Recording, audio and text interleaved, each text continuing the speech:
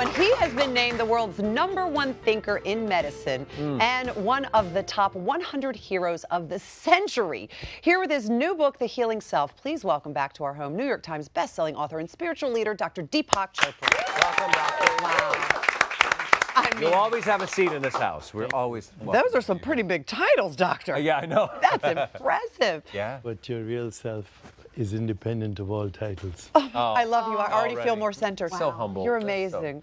So for generations, Doctor, we have been looking to doctors and medical professionals to help guide our health and our well-being. You say it's time to take the power back and to heal ourselves. What is the healing self? Well, for chronic illness, most people have chronic illness. Acute illness, you still need pharmaceuticals. If you have pneumonia, you need an antibiotic. Sure. If you break your leg, you need to see a surgeon. But for 95% of people out there who have things like heart disease, diabetes, metabolic syndrome, many types of cancer, we now know that only 5% of those mutations, genetic mutations that cause disease, are fully penetrant. The 95% of all chronic disease is in a way preventable, reversible even in many cases. It's personalized. Now we know that no two people react to the same experience in the same way. So when I say the healing self, the word healing is the same as the word holy or whole or health.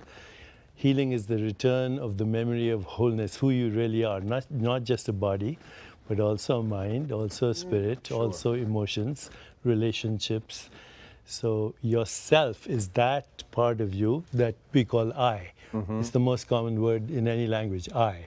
So I is the source of all experience. Your body is an experience in I. Your mind is an experience. This world is an experience in I. No one knows who the I is. They think it's this. But this is an experience in I. Once you get to the source of your inner being, from there you can consciously make the choices that bring about self-regulation and healing. So, I just want to listen to you all day. I do. long.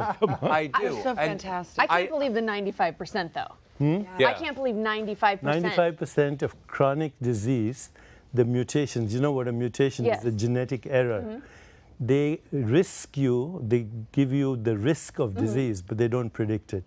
Now, let's say breast cancer, if somebody has a BRCA gene like Angelina Jolie had, that's a fully penetrant. You can't prevent that disease, so you need to do a double mastectomy or whatever. But 95%, even cancers, you're exposed to the risk, but it doesn't predict the disease. That's So- amazing. Let me go This back. is new information, by the way.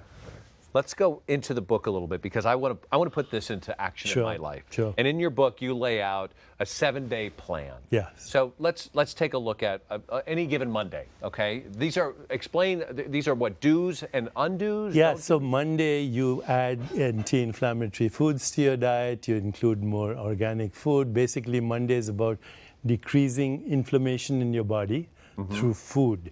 The most important genetic makeup in you is what is called the microbiome. You have 2 million microbial genes and only 25,000 human genes.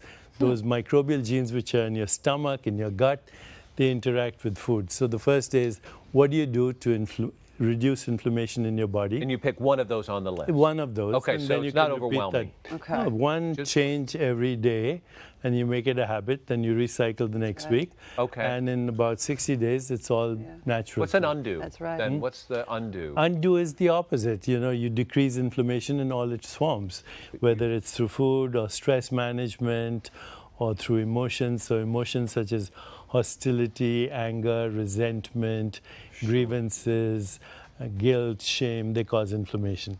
Love, compassion, joy, empathy, equanimity, they reverse inflammation, move you in the direction of what is called homeostasis or self-regulation, or therefore healing. So it's the mind and body connection. which Mind, is- body, spirit, and Yeah. the world all go Yeah. together as a unified experience in that which we Yeah. call I. Of which we're still not sure what I is. I is the consciousness in which all experience arises and subsides in eternal Paul's mind is now. blowing over there. I can see it happening. Well, as you can see, I is you who has no label. That's it. Minus all the labels is the real I. You got it.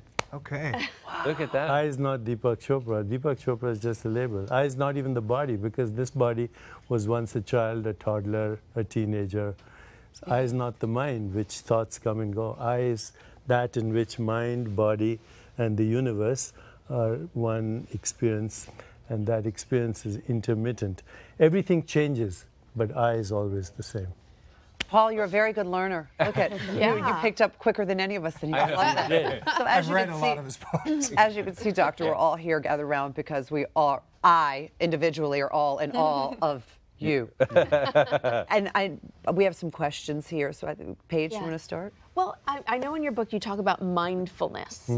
And I've heard that, and I think I try to be mindful, but I want to know what specifically that means. Is it just thinking the right way, retraining? No, it's just being totally present in this moment of whatever is happening. Right now, the most important experience is this. The most important person in your life is everyone here. The most important thing you're doing in your life is what you're doing right now. The most important way to create a better future for yourself is to be totally aware of what you're doing now. So mindfulness just means being present. If I ask you right now, are you aware? Yes. Okay, now I'm going to ask you the same question, but don't answer it till I Okay. raise my hand. Are you aware?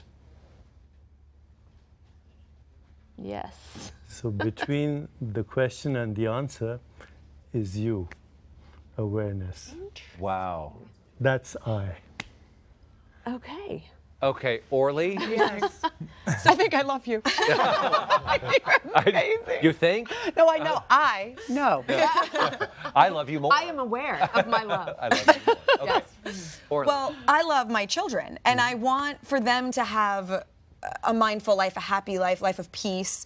Is there anything that I can do for them now, like as a parent to them now? They're young, they're 4 and 2. such a good that I can just question. kind of Those help are the them. most important years in life. They program the rest of life. So give them full attention, which means listen to them very attentively.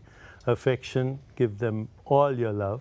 Appreciation, notice every good thing that they display. And then acceptance, don't try to change them according to how you think you should change them. That's so sweet. Deepak, Doctor, thank you so very, very much. No, thank Every you. time you come and spend time, I feel like I've grown Yeah. into a better person, little by little. I just love your teachings. So Thank true. you. Thank you so much, it's Doctor. Wonderful. Paul, you okay? Yeah, I'm Okay. I'll be fine. He's fine. working on You're I. fine. He's working on I over there. For more information about the healing self, you can go to hallmarkchannel.com and go to Deepak's website. Stick around. Later on in the show, Kim has us looking our Valentine's Day best, whether we're staying in or we're going out, right? Yes, and I'm not sure, Deepak, if it's you that will be looking your best or I or somewhere in the middle. But whatever it is, I've got some great tips for you that will happen last minute. And when calls the heart stall, Paul Green is joining Maria for a hearty DIY. But next, we are heading into the kitchen for a delicious Valentine's Day dessert that you can make tonight. You can do it with the help from Top Chef winner Brooke Williamson. She's back, and she brought her husband, Chef Nick Roberts. Hey, guys. Hey guys, stay with us. We'll be making a super delicious Valentine's inspired dessert that you still have time to make tonight.